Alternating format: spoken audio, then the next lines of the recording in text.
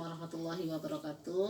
Waalaikumsalam warahmatullahi wabarakatuh. Tapi pun ya hari ini saya sengaja untuk berkomunikasi dengan guru mitra, yaitu guru mitra biologi di SMA Negeri 1 Cukubalak.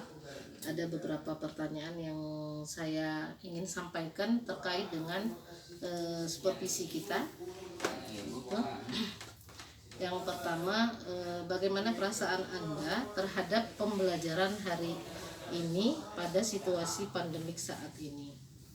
Kalau menurut saya pribadi serta dari beberapa rekan guru yang lainnya, semenjak corona hadir pada bulan Maret lalu, maka mau tidak mau kita melakukan pembelajaran secara jarak jauh atau disebut dengan PJJ, dengan metode dari notebook. Dan kemudian adapun alat yang kami gunakan guna menunjang pembelajaran tersebut adalah diantaranya Google Classroom, Google Meet, WA, Facebook, dan lain sebagainya, sehingga pembelajaran dapat berlangsung. Namun dalam pembelajaran PJJ tersebut mengalami beberapa kendala, diantaranya dari smartphone sampai signal, kemudian dari peran guru, peran murid, serta peran orang tua. Peran guru sendiri, guru lebih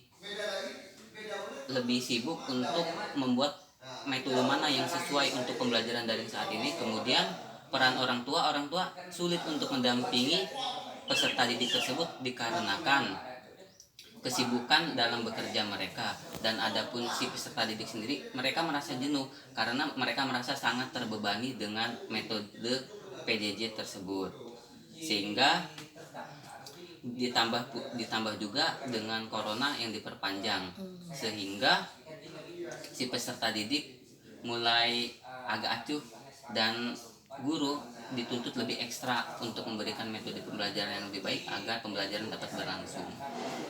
Iya, memang saat ini kita serba salah dengan adanya corona atau pandemi ini, sehingga kita sebagai guru harus benar-benar ekstra bagaimana caranya kita pembelajaran tetap berjalan di masa pandemik ini. Kemudian pada masa pandemik ini, apakah ada strategi lain yang dapat Bapak gunakan untuk pembelajaran selanjutnya? Adapun strategi yang dapat saya gunakan dalam pembelajaran jarak jauh ini, kita mengikuti wilayah. Jadi berdasarkan wilayah kita, misalnya seperti kita di Tanggamus ini masuk ke zona merah, sehingga mau tidak mau harus PJJ, karena itu sudah menjadi aturan pemerintah. Sehingga adapun metode yang digunakan daring matut dan dipadukan dengan video, karena dengan video guru dapat menjelaskan konsep dengan baik. Seperti contoh, pekan pertama kita memberi catatan, kemudian di pekan keduanya kita memberi penjelasan melalui video yang telah kita buat, sehingga peserta didik sedikit sekali mengalami miskonsepsi yang telah kita berikan.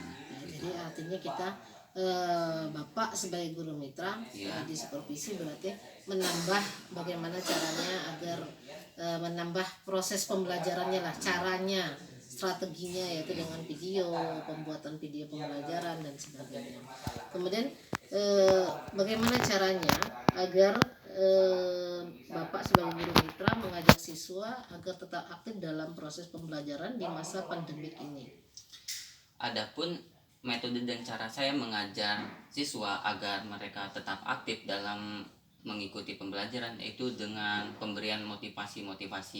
Karena di masa pandemi ini siswa sudah pasti down baik dengan mental dan serta gabut juga, maka diharapkan motivasi mampu memberikan semangat dalam belajar kembali. Begitu, Bu. Berarti artinya kita selalu harus bisa memberikan motivasi ke anak-anak agar bagaimana caranya anak-anak tetap semangat belajar ketika di masa pandemik ini. Kemudian bila masih ada siswa yang masih tidak aktif atau kurang aktif dalam pembelajaran saat ini, apa yang solusinya bagi menurut Bapak sebagai guru mitra untuk agar tetap anak bisa tetap aktif? Menurut saya pribadi, ketika semua cara semaksimal mungkin serta loyalitas kita dalam menjalankan pembelajaran sudah maksimal banget menjalankan, namun siswa masih ada yang tidak mengikuti pembelajaran, ya saya pribadi pasrah saja karena sudah mengikuti semua apa yang diinginkan oleh pemerintah. Sehingga ketika PTM mulai terlaksana, saya akan memberikan tugas tambahan serta rangkuman-rangkuman sehingga siswa tidak terlalu tertinggal dalam pembelajaran tersebut, begitu Bu.